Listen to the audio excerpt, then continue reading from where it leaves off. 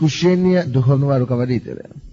Многие из нас мы думаем, я тоже раньше думал так. Если человек уже сильный в духе, если он проповедник такой, особенно если Бог так часто говорит через него, использует его так, у него нет искушения. Как у него может быть искушение? Он уже 40 лет верующий. При этом каждый день Бог говорит через него, у него не может быть искушения. Оказывается, что это неправда. Часто у лидеров даже больше искушения, чем у простых прихожан. Да, это так. Есть некоторые типичные искушения, которые дьявол просто специализируется в этом направлении. Если ты лидер, если ты несешь служение, дьявол имеет назначенные бесы, какие-то направления, несколько направлений. И когда вы слышите, что какой-то проповедник или кто-нибудь духовный, служитель Божий падал, это будет один из 3 пунктов. Вы можете думать, что это страхован от 2 или 3, но Библия говорит, тот, кто думает, что он стоит, пускай смотрит, чтобы не упасть. Поэтому нам надо это знать. Может быть, ты будешь знать, какой стороны дьявол вообще уже начал тебя атаковать из этих вещей. Первое, самый распространенный источник падения духовных руководителей. Это падение через противоположное поле, искушение женщин или мужчины. Вы все помните, конечно, историю Самсона. Самсон был очень помазанным человеком. Это прообраз. Это просто должен что-то нам сказать. Тем больше ты помазан, есть просто бес, который называется прелюбодеяние или блуд, который дьявол просто может тебя послать. Это, если ты будешь иметь от чуть-чуть слабую сторонку, скрытые грехи, дьявол тебя даст по-крупному. Это как он дал это Самсону. Самсон был очень помазанным. Его помазание было настолько сильное, что его помазание не было просто для одной церкви, или для одного региона, или одного города. Помазание, которое было на нем, было на то, чтобы спасти целое государство. Бог его призвал, помазал ему, что он сильный человек. Он голыми руками разорвал его. 1000 человек один справился с ними. Откуда у него такая огромная сила? А он думал, заметили, что эта сила была дана не ему, не для себя. Но эта сила была дана сверх. Эта сила была дана ему. Вообще, помазание, которое было на Самсона, было помазание целого государства, целой страны. Бог дал ему силу, чтобы освободить не только себя и свою семью, но чтобы освободить целое государство. И несмотря на это огромное помазание, книга Судья, 14 глава, с 5 по 7 стих. И пошел Самсон с отцом своим и с матерью своей в Нафау. И когда подходили к виноградникам, Фимавфанским, вот молодой лев Рекая идет навстречу ему, и зашел на него Дух Господень. И он растерзал льва, как козленка, а в руке у него ничего не было. И не сказал отцу своему и матери своей, что он сделал. И пришел и поговорил с женщиной, и она понравилась Самсону. Самсон знает, что это прелюбодеяние, чтобы идти просто так гулять с женщинами. Но представляете себе, у него было такое помазание, он только что разорвал льва, и тут же совершает прелюбодеяние. Тут же это значит неосторожность, бдительность. Это очень опасная ситуация. Но даже после этого случая, на нем еще осталось помазание. Посмотрим 16 главу. 16 стиха по 21 стих. До этого было такой случай, это 15 главы, вы можете читать, что он только что был проституткой. После первой проститутки, это была его слабость, женщина. Он пошел, у него еще был помазание. И он пошел к другой женщине. Он не был женат на нее, родители не согласились, но он пошел к ней. И он вышел от нее. И тут выходит целый город. 1000 человек. Он бил и он взял даже целая крепость на плечах и на спине и ворота. Целые ворота, огромные ворота. Он только что вышел в это время с постели проститутки. А у него еще был помазание. Поэтому я говорил вам, что человек не падает с одного раза. Он еще сохраняет помазание. Но если ты разберешься со своими слабостями, то твоя слабость разберется с тобой. Бог, он милостливый Бог. Его слабость была, скажем так, в его глазах. Его слабость была в его глазах похоть, вожделение. И ты можешь смотреть один раз, но лучше не дойти до такого, чтобы продолжать смотреть, пока ты не раздевал ее. или его. Он не мог себя дисциплинировать в этом направлении. Давайте посмотрим концовку жизни до 16 стиха по 21 стихи, 16 глава. И как она словами своими тяготела его всякий день и мучила его, то душа его тяжело стала до смерти. И он открыл ей все сердце свое и сказал ей: «Брит не касалась головы моей, ибо я Назарей Божий, от чрева матери моей. Если же остричь меня, то отступит от меня сила моя. И я сделаюсь слаб, и буду, как прочие люди». Далида, видя, что он открыл ей все сердце свое, послала и звала владельцев филистимских, сказав им: «Идите теперь». Он открыл мне все сердце свое. И пришли к нему владельцы филистимские, и принесли серебро в руках своих. И усыпила его Далида на коленях своих, и призвала человека, и велела ему остричь 7 кос головы его. И начал он ослабевать, и отступила от него сила его. Она сказала: «Филистимляне идут на тебя, Самсон». Он пробудился от сна своего и сказал: «Пойду, как и прежде, и освобожусь». А не знал, что Господь отступил от него. Филистимляне взяли его и выкололи ему глаза, привели его в Газу и оковали его 2 медными цепями, и он молол в доме узников. Я вам расскажу, потому что вы лидеры, я буду вам говорить открыто, потому что я не заинтересован, чтобы вы имели такие проблемы в будущем. Эти вещи, все эти искушения, которые я буду говорить сегодня, все абсолютно, не только от стороны секса, все они начинают с малого. В его случае это началось похоть. Иисус говорит, что если кто вожделением посмотрит, от Матфея 5, 27 по 29 стихи, 5 глава. Вы слышали, что сказано древним: не прелюбодействуй. А я говорю вам, что всякий, кто смотрит на женщину с вожделением, уже прелюбодействовал с нею в сердце своем. Если же правый глаз твой заблазняет тебя, верь в его и сбрось от себя. Ибо лучше для тебя, чтобы погиб один из членов твоих, и не все тело твое было ввержено в гению. Тут вожделение идет прежде всего в глаз. Это была проблема Самсона. Он не мог делать без женщин. Он смотрел на них и влюблялся, и прелюбодействовал с ними еще в свои глаза, в своем сердце. Мы определяем его проблема. Проблема с похотью – это глаза. Иисус говорит: если твои глаза соблазняют тебя, это значит выколи. Лучше, чтобы ты был слепым и попал в Царство Божие, чем иметь 2 глаза и идти в ад. Но я вам скажу, до этого, до ада, то, что происходит обычно, до того, как попасть в ад. Если вы, конечно, тоже слышали 16 глава, 16 стиха по 21 стих. В 21 стихе, потому что Самсон отказался справляться со своей слабостью, потому что он отказывался от войны, выколить его глаза, его враги, выколили ему глаза. У тебя есть одна слабость. Ты знаешь, что это у тебя слабость. Пока ты только один знаешь об этом. Пока это известно только тебе и Богу. Делай все, чтобы избавиться от этого. Если тебе надо опуститься, делай что-нибудь, разреши эту проблему.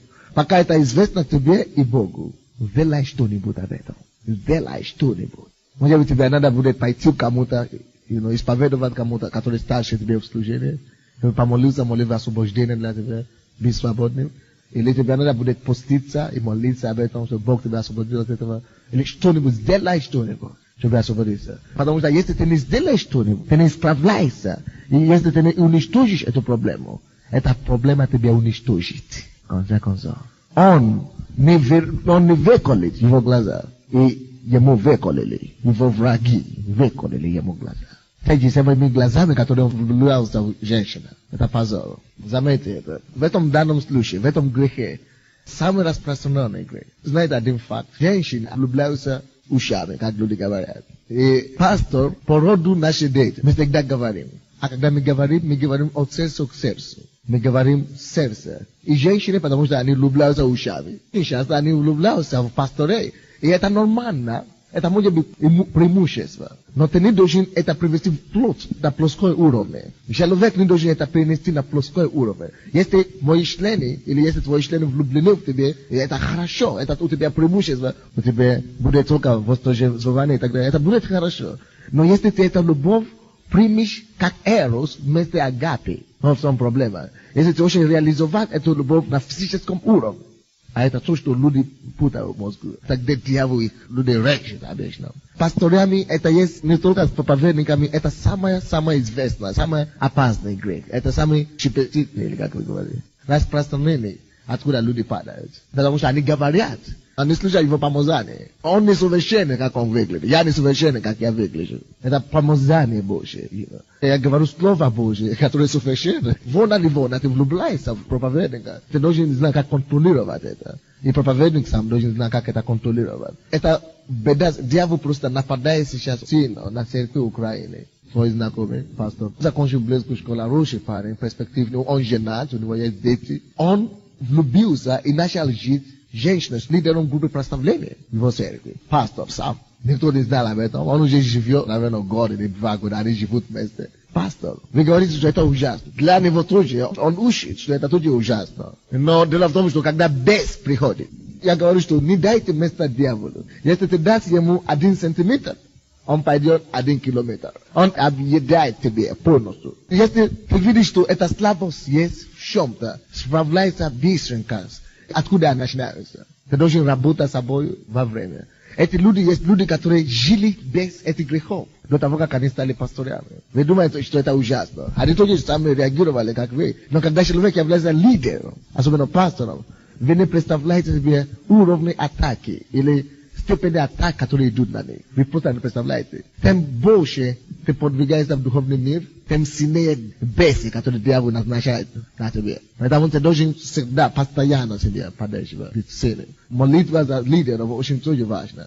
И он был настолько связан этим грехом, что когда его жена поймали, и когда они вынесли это в церковь, потому что она тоже не способствовала. Жена у них, наверное, были какие-то внутренние интриги в дома. И это толкнул его на это. Он говорит, это ты виновата, и все. И он отказался. Он был настолько связан бесом, потому что он вовремя не признался и не подошел к кому-то, чтобы помолился за него за освобождение. Он сам в этом случае уже не мог себя освободить. Библия говорит, каждая должна иметь вещи стоящие покрытие. У каждого человека должна быть кто-то, который выше него. Будем говорить открыто с вами. Если у вас будет эта проблема, или любая другая проблема, из которой мы будем говорить, из это искушение, которое мы будем говорить, если у вас есть, или у вас, не дай Бог, будет атака в этом направлении, у вас есть пастор. Поэтому я пастор этой церкви. Один на один, подойдете ко мне, мы должны освободить вас, пока дьявол вас не вынесет, как трапка на весь Киев. Потому что это так заканчивает. Они стеснение удерживают людей. И стеснение, наверное, его удержал. И когда это уже все было известно, ему уже было все равно. Он не мог порваться с ним. Так называемая церковь еще существует сейчас. И у него осталось из 500 человек, только 30 человек. Только 30. Потому что церковь разошла. Церковь же знает истину, он же учил их. В том же самом городе. Один человек, директор библейской школы, американец, миссионер, 5 детей у него есть в семье, по-моему. Жена, хорошая жена. Они вместе приехали, американцы, миссионером. Он был директором библейской школы, начал второй библейской школы. И он начал церковь, директором школы и церкви одновременно. У него была переводчица, девушка. Она из Беларуси, и она ходила в церковь, где я учил, когда я был в Беларуси. Она была молодая, она только закончила школу. Я уже была 19 лет, когда это случилось. Она жила с ними дома, как переводчица. Взрослый человек, может быть, ему 40 лет или 38 лет. Он влюбился, я не знаю, влюбились или как. Но они падли в грех прелюбодеяние, блуд с этой девушкой. Никто не знал об этом, они жили вместе. Он оставил семью, 5 детей, в чужой стране. Он начал путешествовать, проповедник, директор библейской школы. В Америке ездит с переводчицей. На острова ездит с переводчицей. Когда это стало все известно, он не мог оторваться. Это дьявол, насколько его Бабу уже не мог освободиться. Сексуальный грех. В одном городе. Один сначала упал. Это американец сначала упал. В газете все было написано. Потому что один грех всегда тянет за собой другие. А потом еще у него были масса других. И тот пастор, тоже уже жил в грехе. Он слышал, он знает, что его друг упал. Он все равно продолжал. Он не покажет. Потому что он уже не имеет силы рассказать об этом. Потому что он не мог подойти к кому-то. Есть пастор, то же самое. Он упал в блуд. И начал жить женщиной. А он женат, он женат, а женщина тоже в церкви. В Запорожье, один пастор, у него самая большая церковь была. Он тоже женат. Даже мать жены тоже работала в церкви. Она была администратором церкви. Он пастор. Тоже влюбился в лидера группы прославления. Группа прославления, потому что обычно они на сцене светятся. Когда люди часто выходят на сцену и поют, они поют одни слова, а на самом деле внутри они это же не видели. Да, бывает так. И дьявол видит такие ситуации, он посылает бес. И он знает другого человека, который тогда... И он тоже ему бес. Пак! Зашлись. Когда их нашли, слава Богу, у него был кто-то над ним, его вызвали, разговаривали с ним. Что ты делаешь? Ты не знаешь? Он говорит, что поделаешь? Люблю ее и все. И он потерял свою церковь, потерял все, что он имел. Вообще, они отпадают. Убежали с этой девушкой. В Одессе есть пастор и папа. Они оба были в протестантской церкви, они начали русскую церковь. Тот пастор только что закончил школу в Швеции. Приехал таким помазанием и знанием. Еще не год после библейской школы упал в грех членом церкви. Пастор начал жить человеком церкви. А потом его папа, который это видел, взял контроль у него. Взял, слава Богу, что у него папа, он тоже проповедник. Он начал быть пастором в Одессе. Еще год не прошел, он тоже упал в грех. Уже папа тоже. В одной церкви другую женщину. Представляете себе, что творится? То, что я рассказал вам, это должно подсказать. Что это не может быть слабость человеческая просто. Это не просто слабость человеческая, это дух нечистоты, который атакует людей. Это есть бес, который дьявол назначает, чтобы бороться против мужей Божьих и жен Божьих. Я говорю о мужчинах. Я знаю женщины такие, которые есть лидеры домашней группы. Приходят на встречу в домашнюю группу, их подчиненные, лидеры домашней группы. К ним ходят. Как вам всем ходят в домашнюю группу? И вместо чтобы она учила, это не начинается сразу, которые падают в грех с членами домашней группы. Слишком грязно говорит о таких вещах. И вы не можете смеяться. Библия говорит, кто думает, что он стоит, пускай будет осмотрительно, чтобы не упасть. Молитесь и бодрствуйте. Мы все должны молиться и бодрствовать. Может быть, это не твоя слабость. Может быть, ты никогда не упадешь в это. Но есть другие искушения, которые идут на лидера. И это не потому, что ты плохой. Многие из этих ребят никогда не грешили, даже до уверования. Многие из них даже никогда не попали в подобный грех, даже до уверования. Но когда они стали лидерами, атаки усилились, а их молитвенная жизнь, может быть, ослабилась, или у них не была поддержка молитвенная, которая нужна. И дьявол очень такие случаи. Можно рассказать такие много маленьких случаев в церкви. Я рассказал вам только о таких крупных, потому что дьявол заинтересован, конечно, больше, чтобы крупные деревья упали. Потому что если маленькая трава падает, то это не заметно никому. Но когда деревья падают, это очень много шум, и еще берет с собой очень много урон вокруг. Дьявол заинтересован атаковать именно лидеров. Поэтому будьте осторожны в этом направлении. Я вам скажу, каким образом вы можете себе помочь, как освободиться, как избежать таких вещей. Во-первых, это не начинается крупным грехом сразу. Так не бывает. Так не бывает. На женщин, я был в другой церкви недавно. Говорит, я из верующей семьи, мне 35 лет, я не могу подойти к своему пастору, но я хочу тебе рассказать, помолись за меня. И она начинает бить святое, меня изнасиловали. Я говорю, это ложь, тебя не изнасиловали. Но это женщина, которая хочет евангелизировать мужчину. И встречается мужчина один слишком долго. И дьявол просто войдет и приберет вас обязательно силой. Но есть предусловия к этим всем событиям. Первое, то, что мы смотрели, похоть. Если у тебя похоть уже, как у Самсона, это опасно. Делай что-нибудь об этом. Если ты уже не сможешь ничего делать об этом, что такое похоть, вожделение? Значит, ты видишь женщину или мужчину, и ты уже прелюбодействуешь этим человеком в своем сердце. Это опасно, и тебе надо освободиться, как одержать победу над чувствами и мыслями. Я думаю, что это поможет вам. Но если это уже не поможет, вы должны подойти к кому-то из лидеров, помолиться вместе с вами, освободиться. Это с одной стороны. С другой стороны, какая еще проблема секса? То многие лидеры имеют проблемы, это начинается с маленькими проблемами.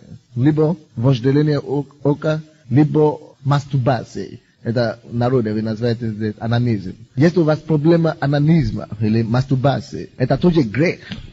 Сексуальная нечистота. И многие из вас, потому что вы женаты или вы замужем, вы таким образом удовлетворяете себе. Это пойдет больше этого. Дьявол вас будет обманывать, что мастурбация никто не будет знать, может быть, это еще не доказано, что это грех и так далее. А потом с этой стадии он тебя привлечет еще в хуже стадии. И ты не будешь знать, когда это произойдет. Начинается с мелочами. А Джимми Сварк, наверное, вы слышали. Он был спасен еще с 11 лет. верующие 8 лет. 8 лет вы верующие. Он даже не жил с женщинами, до того, как он стал проповедником, женился и так далее. Но у него была проблема в его жизни, которую многие не заметили. Не могли даже догадаться. Он любил смотреть порнографические фильмы и книги, чтобы никто не видел. Если у вас есть эта проблема, это есть предусловие. Маленькие вещи, которые приводят к таким огромным. Дьявол его не трогал, пока он не стал самым первым евангелистом мира. Он был самым сильным евангелистом мира вообще. Он был самым сильным проповедником. Дьявол его пропустил.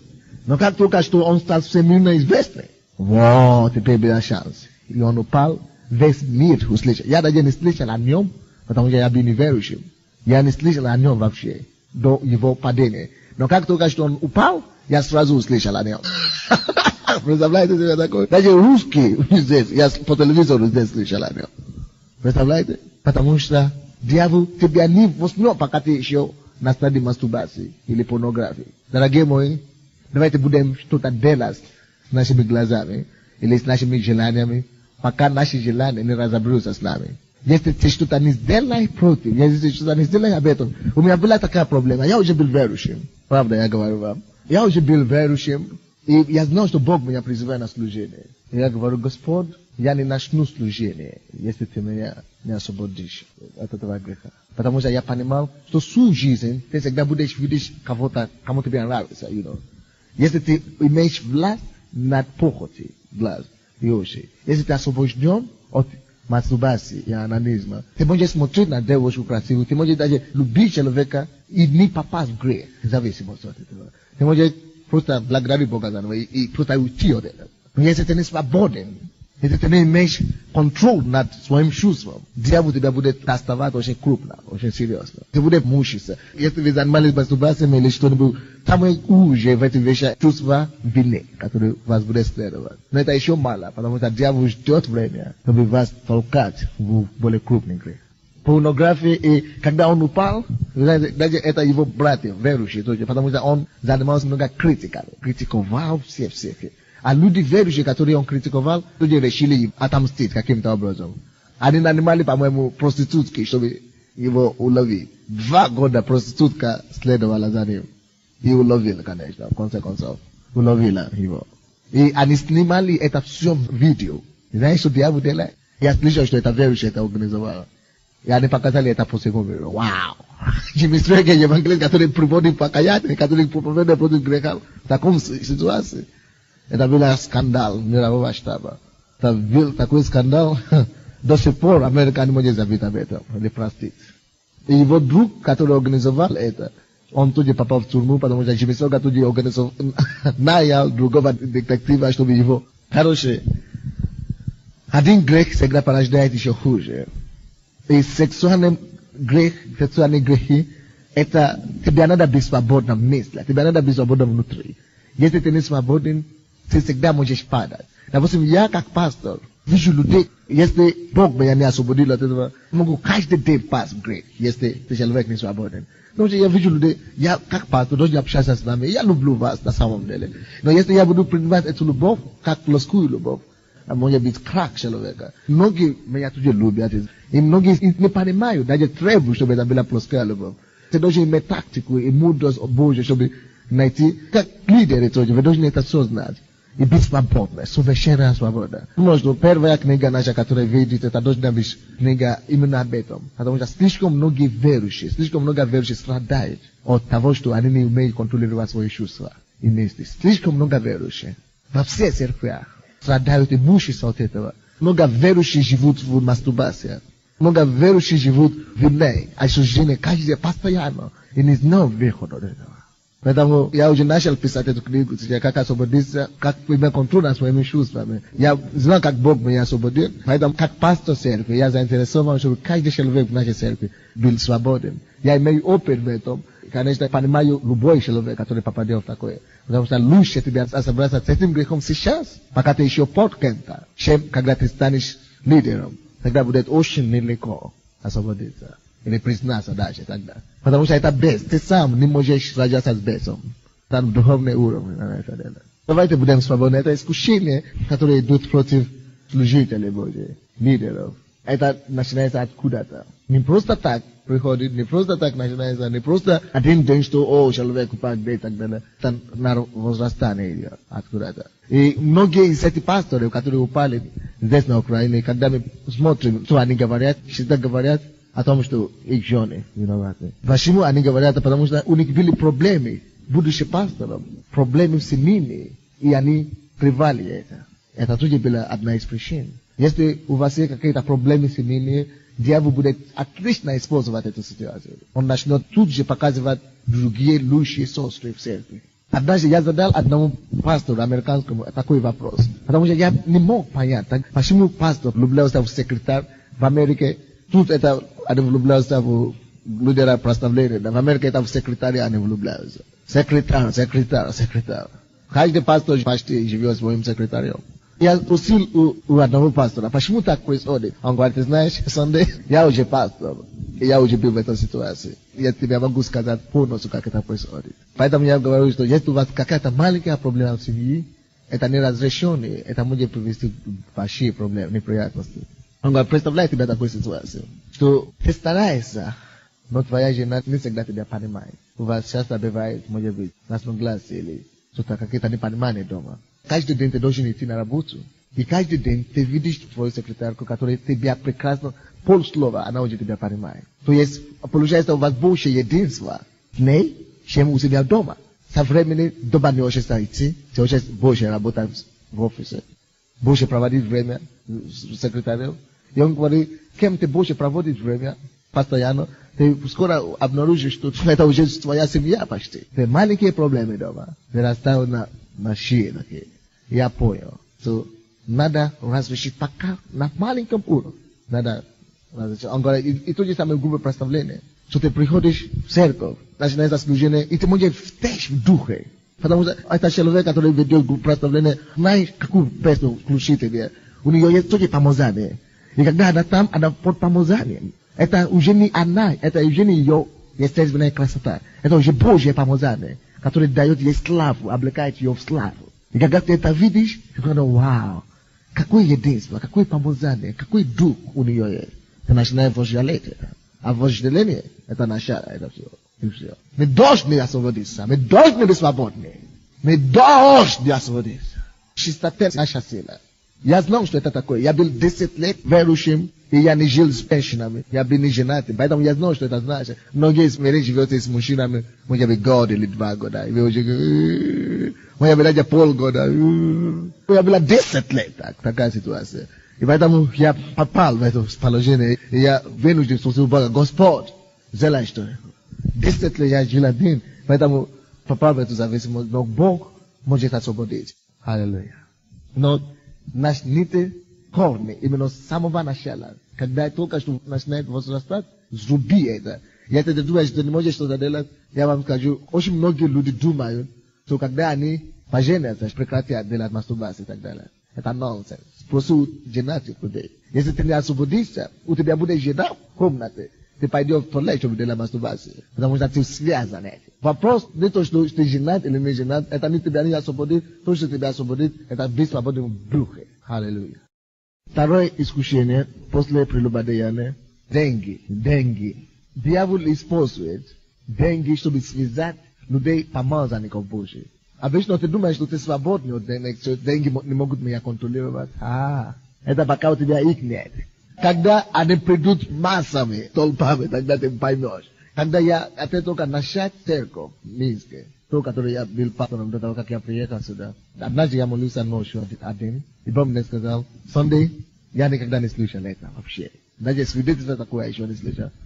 Бог говорит, Sunday, не имеет дело с деньгами. Он меня шокировал. Как это я буду лидером, буду пастором, я не буду иметь. Но Sunday, не имеет дело с деньгами. Если ты хочешь иметь полноценное служение, успешность, не имеет дело с деньгами. Назначай людей, которые будут этим заниматься, и не хранить деньги, не держать деньги. Я могу иметь дело с документами, но не с деньгами. И меня это так помогает сейчас. Потому что раньше я начал церковь, мне получали зарплату. Сейчас для меня это все равно, сколько я получаю. Потому что когда я получил маленькое совсем, мизерное, я также и живу сейчас, когда я уже получаю хорошую зарплату. Я также и живу, мне это не влияет, у меня нету мания, что иди в магазин, покупай то, я уже освободился от этого. Видите, Бог очень насильно, чтобы ты освободился от таких вещей, прежде чем тебя благословит. Да, конечно, я забочусь о том, что я хорошо выгляжу, но мне абсолютно все равно, сколько стоит, что я одеваю и так далее. Это должно быть оружие, чтобы, но только чтобы прославить Иисуса сейчас. Когда Бог мне это сказал, я думал, Господь, но у меня нет проблем с деньгами. И Бог мне сказал, у тебя сейчас нет проблем с деньгами. Но тогда через твои руки буду проходить очень много денег. Через твои руки. Да, через твои руки. И как пастор это говорит, если я хочу иметь даже $10,000, хотя бы 2 месяца, я могу иметь. Законным способом, чтобы вы не смогли что-то делать против. Законным способом. Законно все. Я могу оправдать себе. То кассеты я продаю или что-то такие вещи. Я могу найти оправдание все. Это не ложь, не обман, не фальшь, ничего. Законным способом.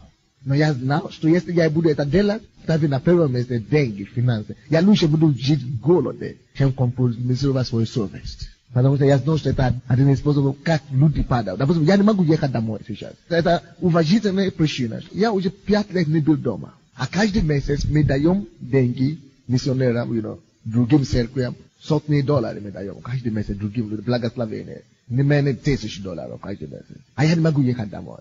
Как пастор, я мог бы сказать, но я еще не ездил домой 5 лет, и я сам подпишу себя. Это трудно делать, совсем.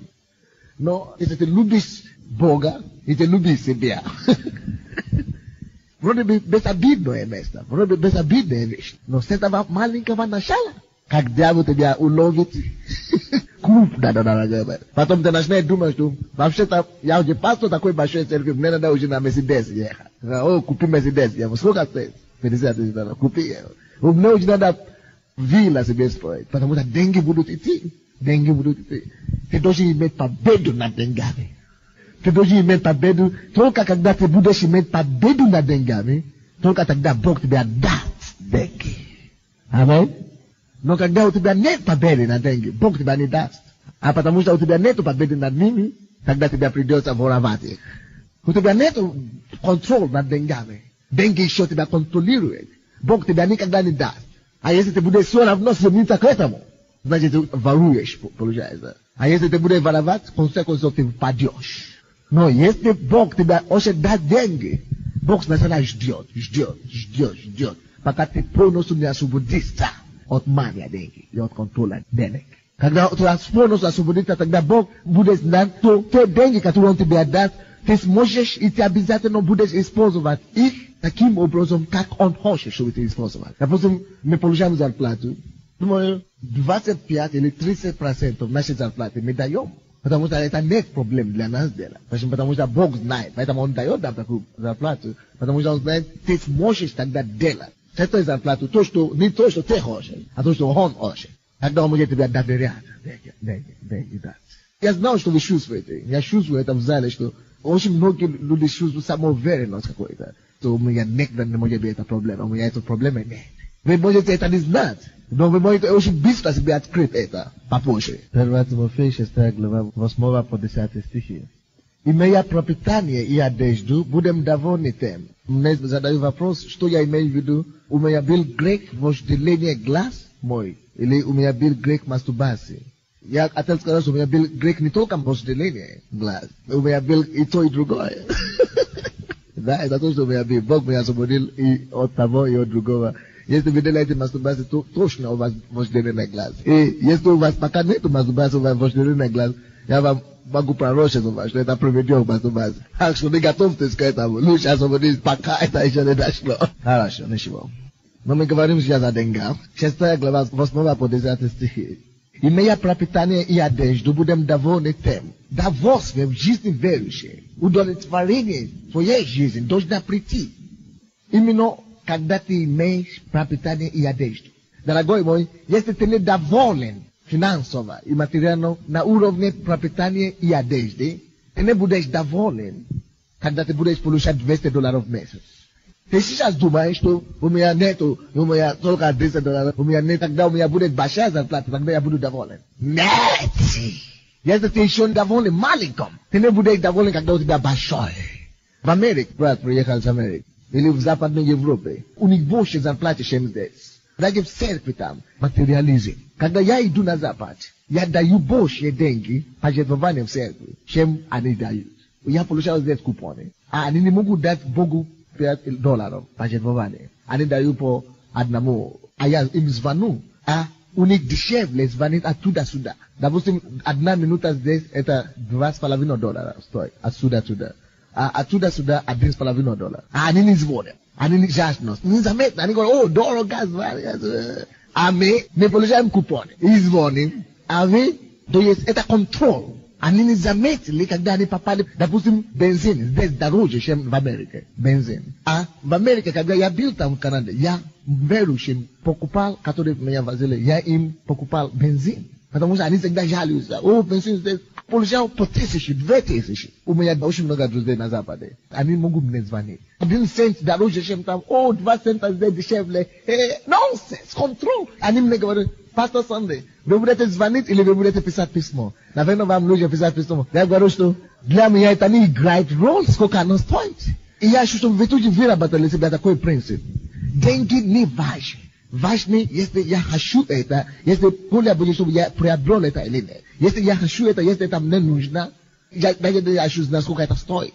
Я только хочу говорить Господу. Я говорю Богу, Господь, эта вещь мне надо. Оно стоит сколько-то, я не хочу знать, но если это мне надо, ты способен мне дать. А если оно стоит так, у меня нет денег, хорошо, слава Богу. Я проповедовал там, я говорю, вы здесь имеете все, и вы еще жалуетесь. Приезжайте к нам на Украину. Не будем вам делать пожертвование. Nonsense. Поэтому мы решили делать пожертвование для них. Мартин приехал из Швеции. Он вышел здесь на сцену и говорит, может быть, кто-то из вас очень не покупать билеты, чтобы ездить в какие-то страны, Гаити и так далее, чтобы проповедовать. Он думает, что здесь лишние деньги на Украине. В Швеции нету лишние деньги. Я представлял себе, что я пойду в его церковь. И я начинаю говорить, покупайте мне билеты туда. Это Бог мой источник. Если мне надо билеты, я прошу Бога. Потому что люди, которые живут на Западе, у них есть эти деньги. Он же вам сказал, что он один из самых больше оплачиваемых человеков в Швеции, пасторы. То есть у них есть эти деньги, но они не свободны от них. Поэтому Библия здесь говорит в этом стихе, 8 стих, имея пропитание и одежду, будем довольны тем. Если ты не доволен, когда ты только от пропитанием и одеждой, ты никогда не можешь быть доволен. Если ты такой, который всегда ропщит и жалуется, что у меня нету зарплаты, я живу побере, или у меня только $20 в месяц, и так далее, и так далее. Это значит, ты еще не готов для увеличения. Бог не может тебя понять тогда. Но когда ты умрешь на зарплате вообще, и будешь знать, что Бог есть твоя зарплата, что Бог есть твой источник, тогда Он тебе будет давать пропитание и одежду. Будем иметь пропитание и одежду, и будем довольны этим. Многим вам неприятно это слушать. Вы хотите только слышать, наоборот, что, давай, больше, тем больше, дано и будет давать верою, много и так далее. Да, это правильно, что давай и дано будет тебе, но довольство, удовлетворение должна быть еще, когда минимально, мне все равно. У меня было, вы знаете, 15 костюмов. Я одевался, я работал о себе хорошо. И у меня было 15 костюмов, комплект. Бог мне очень много научил через краши, которые были. Бог допускал эти краши все, чтобы они меня не контролировали. Чтобы я мог освободиться. Когда я стал свободным, тогда он начал мне давать контроль. И эти костюмы, которые остались, в течение 3 месяцев, я дал людям 6 костюмов. 6. В течение 3 месяцев. Потому что Бог это мне вынудил. Я должен освободиться от этого. Пока ты это видишь свое, как свое. Ты не сможешь давать, ты не сможешь даже получить. Поэтому удовлетворение должно быть на уровне пропитания и одежды. Если ты не доволен на этом уровне, ты на опасном поприще, дорогой. Даже если Господь тебя поднимет, а Он даже тебя не поднимет. Потому что Он не хочет, чтобы ты упал потом. А ты можешь подняться, ты можешь себя поднять пока. Ты себя понимаешь. Поэтому освободись от этого. Прими решение. И таким же образом, если у тебя есть эта проблема, иди покайся кому-то. Потому что ты можешь сам попытаться, ты можешь пуститься, ты можешь молиться, а потом Господь освободи меня. И он может тебя освободить, но если ты постишься, ты молился, ты все, ты не свободный, тогда приди к своему пастору, приди к старшему себе, покайся ему, пускай он молиться молитва освобождения для тебя. Нужно освободиться от таких вещей. Имея пропитание и одежду, будем довольны тем, а желающие обогащаться падают в искушение и в сеть, и во многие безрассудные и вредные похоти. Безрассудные и вредные похоти. Кто падает в вредные похоти и безрассудные похоти? Те люди, которые имеют желание обогащаться. Почему они имеют желание обогащаться? Они хотят обогащаться, потому что они недовольны тем, что они имеют, во-первых. Я тоже хочу обогащаться. Я лично, я бы хотел обогащаться, хотел стать богатым. Но я уже такой стадий, что богатство, которое я ищу сейчас, уже не для себя. Если я буду богатый сейчас, моя жена всегда это говорит, Господь возвышает нас до такой степени, она дала Богу обет. Что, Господь, я хочу дожить до такого, что я буду давать тебе 90%, у нас будет остаться только 10%. Это то, что мы хотим. Тем больше у нас зарплата возрастает, тем больше десятины мы даем Богу. Мы хотим дойти до такого, что у нас останется только 10%. А Богу, это человек, который свободен от контроля денег. Но человек, который желает, который хочет стремиться к своему богатству. Человек подвергает себе опасности. Какие опасности? Вы видели здесь? Искушение, вредные похоти будет, во-первых. Похоти. Что такое похоти? То же самое, как есть похоти у женщин и мужчин. Таким же образом есть похоти к материальным вещам. Вы видите, что часто вы ходите в магазины. В любое время, когда я раньше ходил в магазин, либо сум, либо гум, они всегда забиты народом. Что, люди не работают, никто не работает. Потому что люди мир это, движим именно этой похоти. Люди даже убегают с работы, только чтобы ходить по магазинам. Даже у них нет деньги, они хотят смотреть, только глазами кушать, и то, что там. Они движимы похоти. Они, которые эти вещи вообще-то нормально иметь. Хорошо иметь хорошую машину, хорошо иметь хороший дом. Но не через похот. Но человек, который уже себя имеет эти вещи, будет иметь искушение. У него будет, во-первых, сеть. Дьявол таким образом, через это желание обогащаться, ставит сеть, уловку. А эта уловка, есть некоторые из нас, я слышал об этом, они говорят, я пою в церкви, или я буду порядка, почему меня не платят. Человек не знает, что он сам себя ставит уловку. Сеть себя ставит. Наоборот, даже если тебя предлагают деньги, ты должен говорить, что не. Уловка, сеть дьявола, когда человек желает обогащаться, и попадает в сеть и во многие безрассудные и вредные похоти, которые погружают людей в бедствие и пагубу.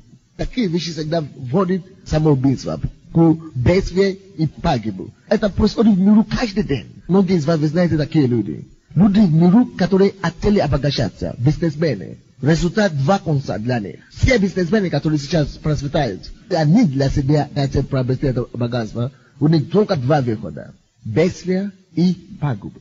Многие из них будут стремиться всю жизнь, заработать, красть и убить, чтобы это делать. Но когда они наконец-то приобретут это, разбьют себя в этом же самом БНД. А что с этим человеком случится? Он разбился. 10 лет он страдал, делал мучился, чтобы купить эту машину. Потом разбился на нем. Пагубы. Бедствие. Что такое бедствие? Он делает все, он уже в глаза человеческие. Он уже человек, все. Он уже приехал, человек, который уже все. Уже у него все есть. Родовый. И вдруг банкротство какое-то. На него налетает все. И мафия, и кредиторы, и все. Со всех сторон. Человек, который двигался тысячами, сотнями тысячами долларов. Вдруг в один день становится великим. Человек, который прятится куда-то. Бегает, укрывает от кредиторов и от мафии. Его же друзья, которые вместо дела, они теперь будут нанимать людей. Мафии, чтобы расправиться с ним. Бедствие. Вот что такое бедствие. Подобные случаи вам известно? В нашей церкви даже есть такие люди. Многие люди, бизнесменов, приходят в церковь, когда именно бедствие уже началось. Друзья обманывают их, воровали их деньги и так далее. Бедствие. Но когда человек желает это иметь для тебя. Это неплохо желать иметь, чтобы Бог тебя благословил. Но Бог благословляет тебя, чтобы ты мог благословить других. И Божья работа. Поэтому деньги просто, ты думаешь, что прелюбодеяние это единственный грех, который есть. Или искушение, которое есть на проповедников, или на лидеров. Есть деньги, контроль деньги тоже. И очень многие пасторы, особенно здесь на Украине, они не пасторы вообще. Они контролируемы финансовыми спонсорами за рубежа. Очень многие пасторы сегодня не имеют права голоса даже в своей собственной церкви, потому что аппаратуру им покупают. А кто дает деньги, тот, кто дает деньги, то и диктует музыку. Многие люди, они так называемые пасторы, но диктуют, потому что они должны попасть в зависимости от денежных. Когда мы начали эту церковь, люди, которые были с нами в начале, вы знали, как мы крутились. Очень, до сих пор мы крутимся. Но слава Богу в этом направлении. Лучше, чтобы Бог сам поднимал среди нас своих бизнесменов, чем без зависимости от кого-то бы не было. У нас есть ведение, которое будет стоить $1000. Я не жалуюсь на Бога финансово, что Он не благословляет эту церковь финансово. У нас как минимум было наши затраты. Дошло до $60,000. Это на Украине.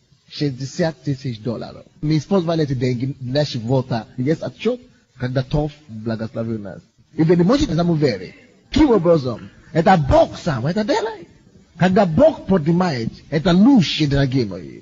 Наша церковь сейчас, это не маленькая организация. Если мы были фирма коммерческая, мы были с большим аппаратом. Но мы не стремимся к этому, мы даем, чтобы церковь Божья процветалась. А это еще начало. Мы достигнем $1,000,000 во имя Иисуса. Если ты будешь верить Богу, если ты будешь доверяться Богу, Бог знает, как поднимать тебя в свое время и нужное время. Бог есть наш источник. И пускай Он будет твоим источником. Пускай Он будет твоим. Когда люди приходят ко мне в церковь, они хотят устроиться на работу, чтобы получить деньги и так далее. Я не даю им деньги. У меня такой принцип. Кто просит деньги, не дать. А кто не просит, тому давать. Твердый принцип. Если ты просишь, Бог мне не сказал. Скажи Богу, пускай Он мне скажет. Ты помогаешь Богу. Пускай Он лучше мне скажет. Не ты. И я думаю, что вы должны упражняться тем же самым принципом. Да, есть какой-то факт, что надо сказать свои нужды. Если ты не скажешь, никто не будет знать об этом. Но ты можешь сказать свою нужду, но не просить деньги у кого-то. Если ты сказать свою нужду, есть некоторые люди, потихонечку говорят, ты знаешь, мне надо купить туфли, мне надо купить то, мне надо заплатить за квартиру. Я делаю вид, как будто я не слышал. Я сознательно делаю вид, как будто я не слышал. Потому что я хотел знать, они просто говорят нужду, или они хотят у меня что-то просить. Я говорю, да? О, жалко. Я жду. Если они скажут, тебе не мог мне одолжить сколько-то, я понял, что это человек, он маленький человек, его вера маленькая. Возьмем Бога как свой источник. Не было такой случая. Начало этой церкви, чтобы я спустил даже копеек у кого-то, не было. Не было случая. Мы даже не одолжили даже ни $1. Хотя мы тратили все, но вовремя. Все всегда ровно.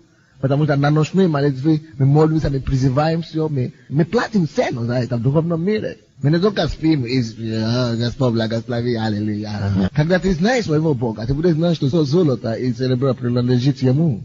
Все принадлежит Ему. И Он способен тебя содержать. И Он знает, как лучше и когда это делать.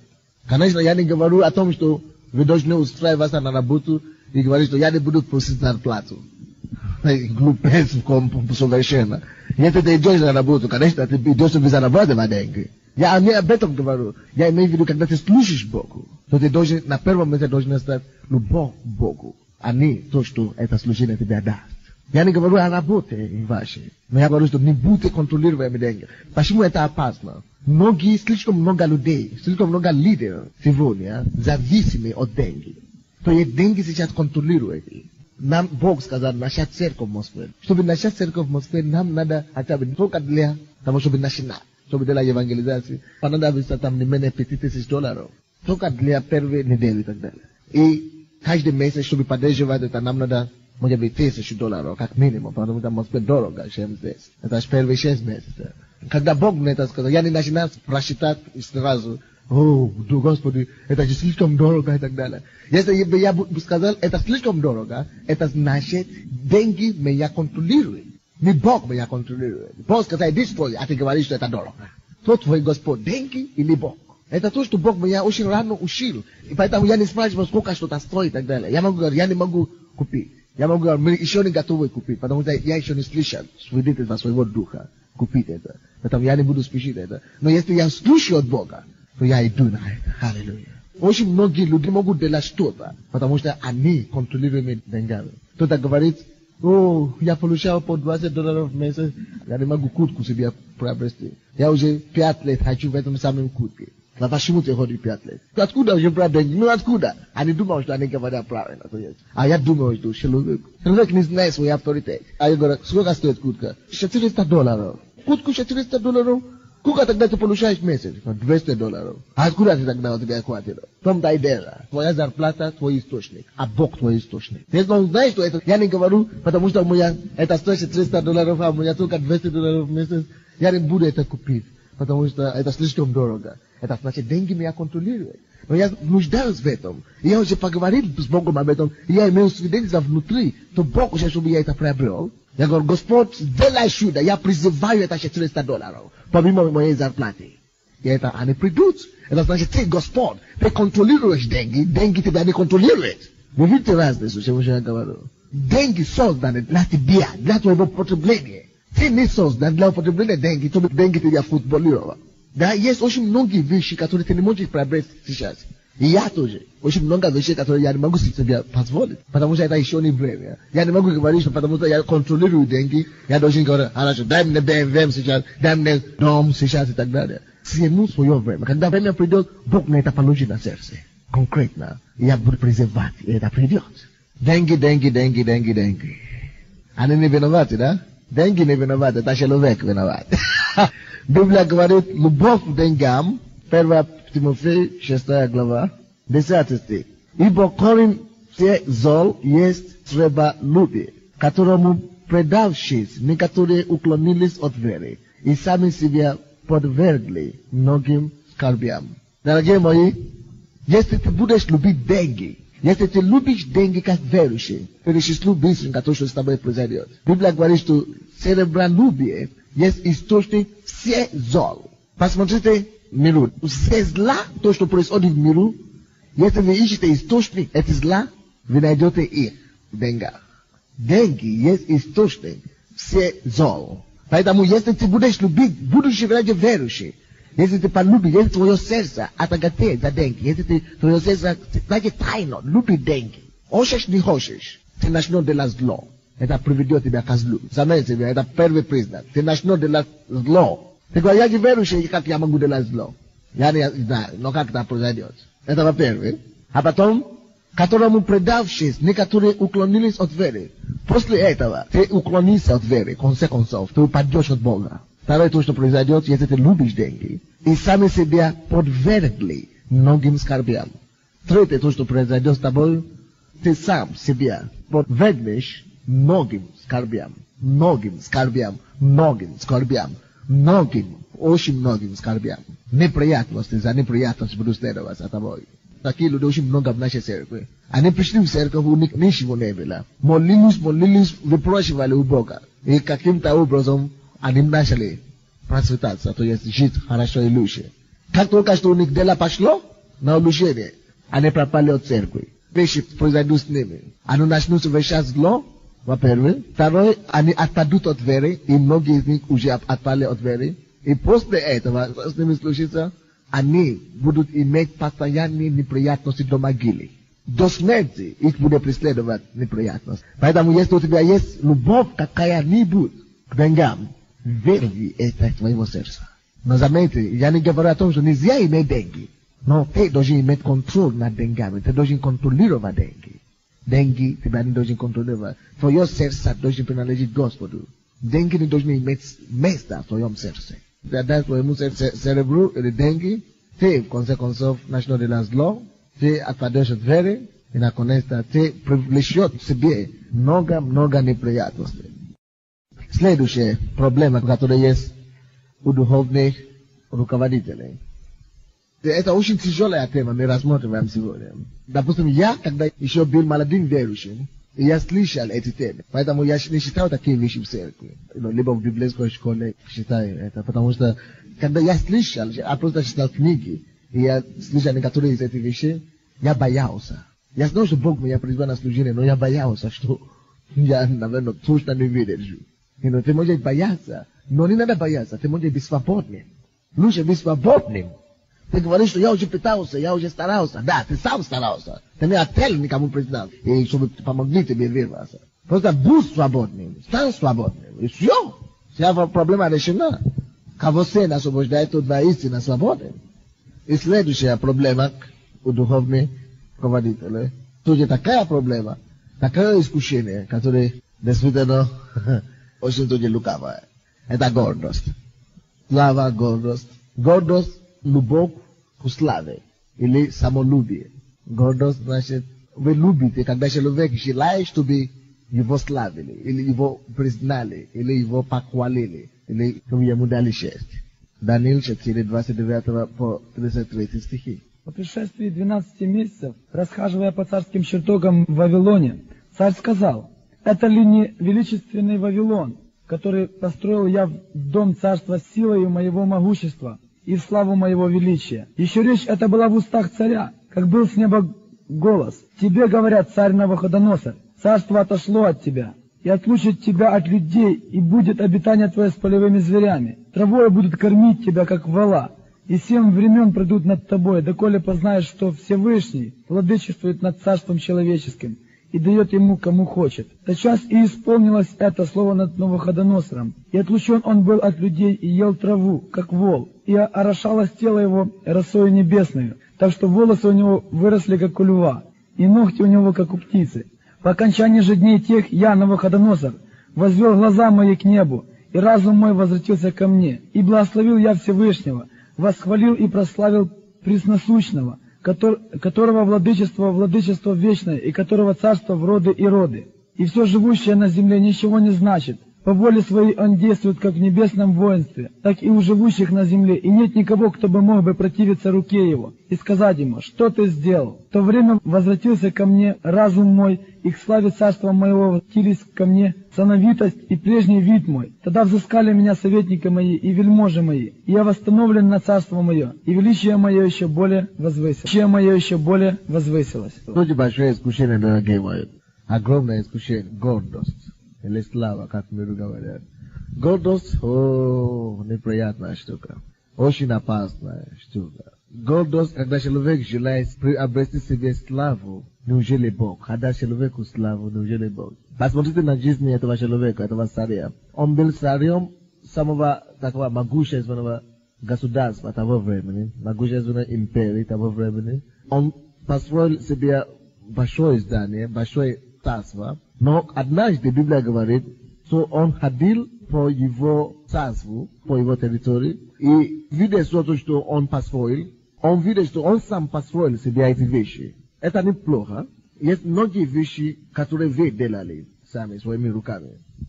И это есть принцип, который действует в миру. Очень опасный принцип. Вы говорите, что, видите, какую церковь я построил. Это я, и видите церковь, это я тут большая церковь такая. Слава Богу, я тут способный парень. Это слава Богу, уже не Богу слава, а это уже слава Сандея. С этим царем так и случилось. Он видел его царство, которое он построил, и он говорит: неужели я своими собственными руками построил себе это великое царство? Он говорит: я уже тут-то. И Библия говорит, что в это время, пока он все еще это говорил, Бог явился ему. 28 стих. Еще речь это была в устах царя, как бы с неба голос. Тебе говорят: царь Навуходоносор, царство отошло от тебя, и отлучит тебя от людей, и так далее, и так далее. Почему? Потому что он не дал славу Всевышнему. Доколе познаешь, что Всевышний владычествует над царством человеческим и дает его кому хочет. Заметьте себя здесь. Этот человек не был верующим всемогущего Бога. Он был язычником. Даже если ты не верующий, даже все то, что ты приобрел, то, что у тебя было, даже до твоего уверования, все равно Бог тебя дал. Потому что если бы Бог тебя не дал силу зарабатывать это все, ты бы был параличом где-то в больнице. Но Бог тебя уберег тебя от паралича, дал тебе знания и способность зарабатывать. И ты зарабатывал и построил большое царство. И ты говоришь: видишь, какое царство я построил себе? Вот я способный. А Бог говорит: потому что ты не дал Богу славу за это. И это вроде бы он законный, вроде бы он нормально, вроде бы он же своими собственными руками это делал, зарабатывал. Как некоторые из нас любят говорить. Но дай Богу славу за то, что он тебе дал возможность это зарабатывать.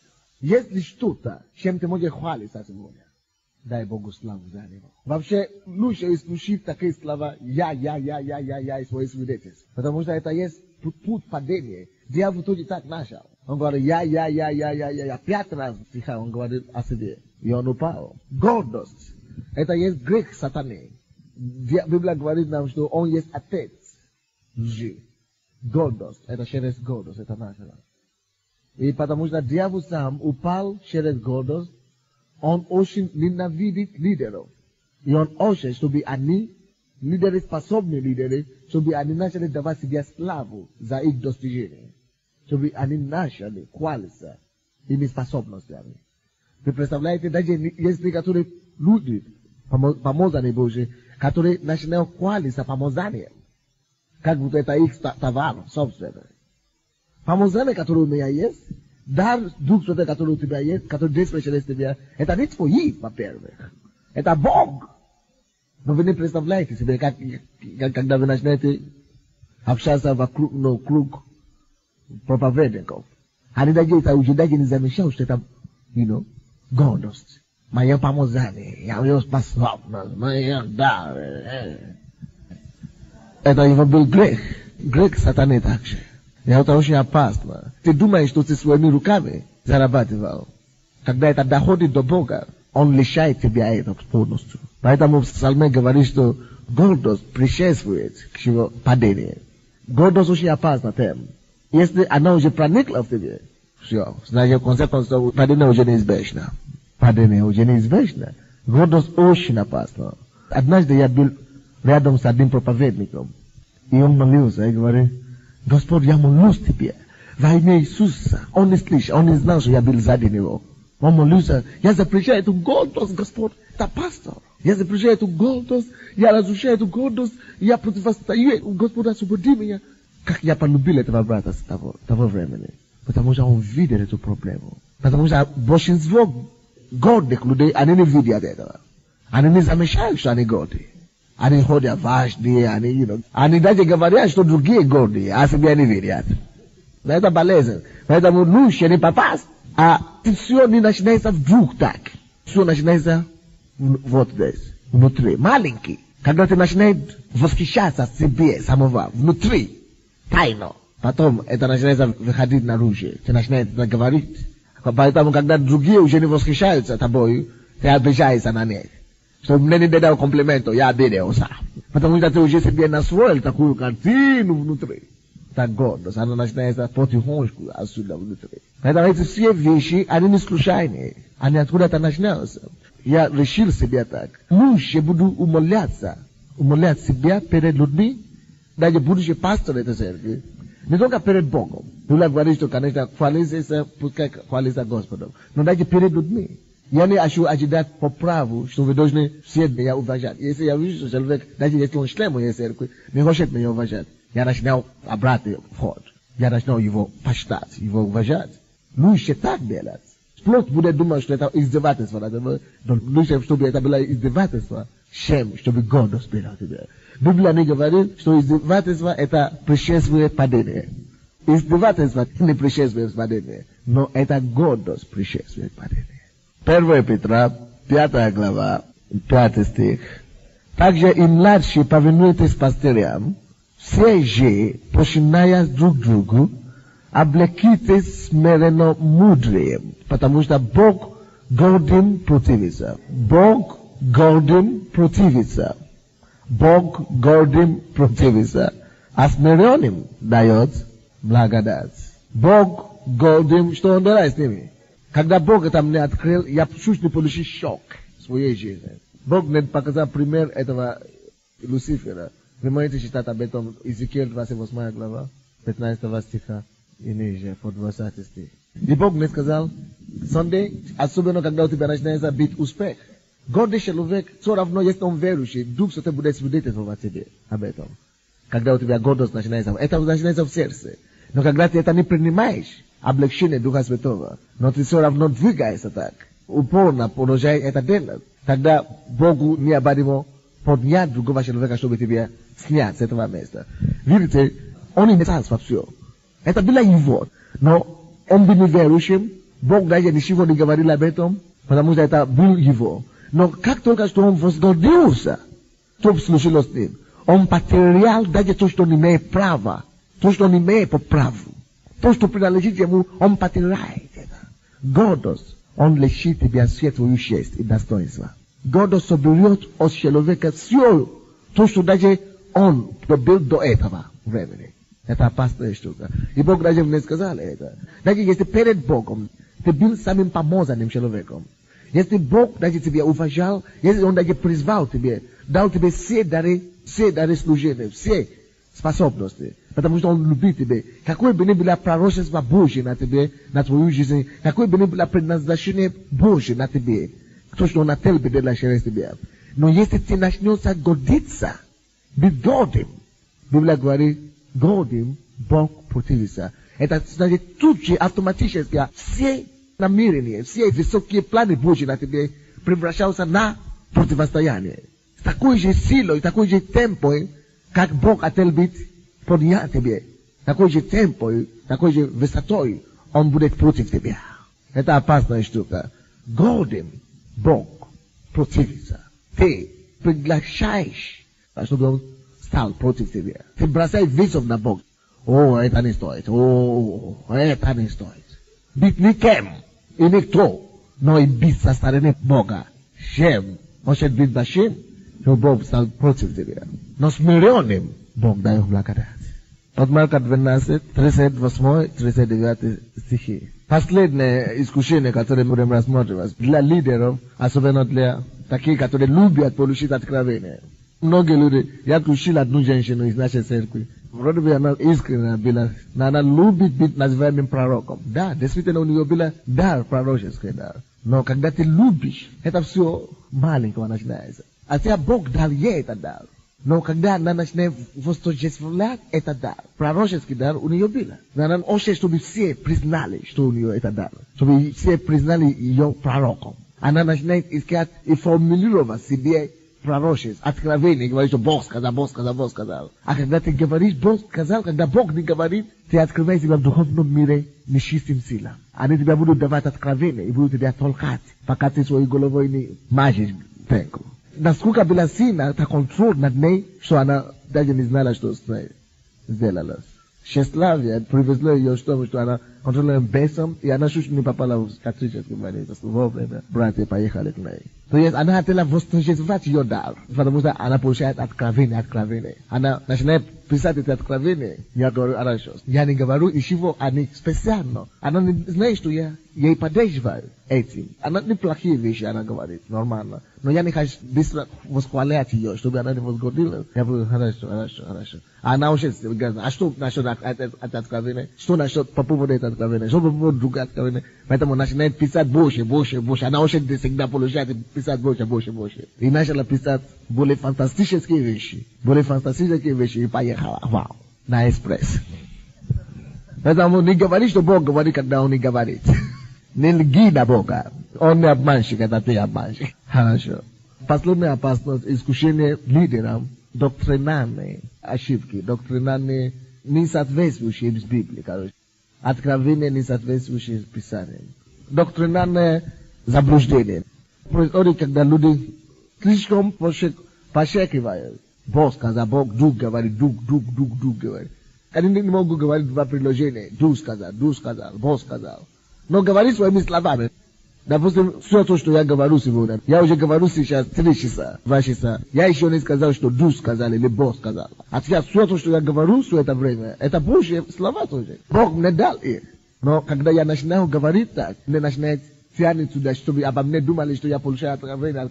Я говорю, он ищет откровение.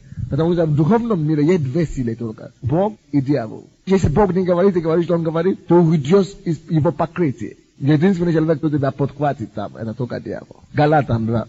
И есть очень многие люди, люди помазанные, которые раньше были христианскими. Вы слышали о Магомед, ислам. Пророк Магомед, тоже был пророком, на самом деле раньше, он был христианским пророком. Он был верующим христианином. Но из-за его сверхоткровения он ушел в заблуждение. Его исключили, и он начал свое учение. Много таких людей, которые были с Богом раньше, призваны Богом, но потому что они любили дать себе откровение, мормоны и так далее, они ушли от Бога, и они попали в заблуждение.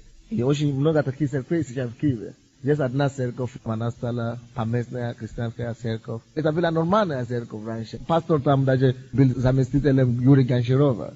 Это хвалопоклонение. Он тоже из-за откровения, ему делали замешание. Он говорит, нет, это от Бога, это Бог. А он такой чудесный проповедник. Они усваивали дискус по телевизору. Они были крещены Духом Святым, они были нормальными ребятами. Кто-то из них даже пришел в 50-х. Но потом, как занесло, они даже имели прокрытие, но не послушались.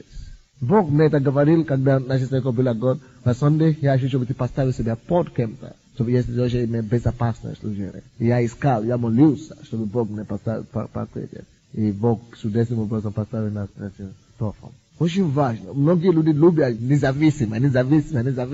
Я один, я сам. Они думают, что это положительный характер. Нет. Это не положительный. Это отрицательный. Это показывает не, допустим, насколько ты гордый. И таким людям дьявол найдет им откровение какое-то. Это не смешно. Жалко терять. То же самое Белообразцев, Кривоногов. Говорят, что они тоже начали нормально. Они хотели верить в Бога. Они начали нормально вначале. А потом, как занесло, так и поехали. Галатам 2, 1-2 стихи. Потом, через 14 лет, опять одел я в Иерусалим Варнавой, взяв с собой и Тита. Ходил же по откровению.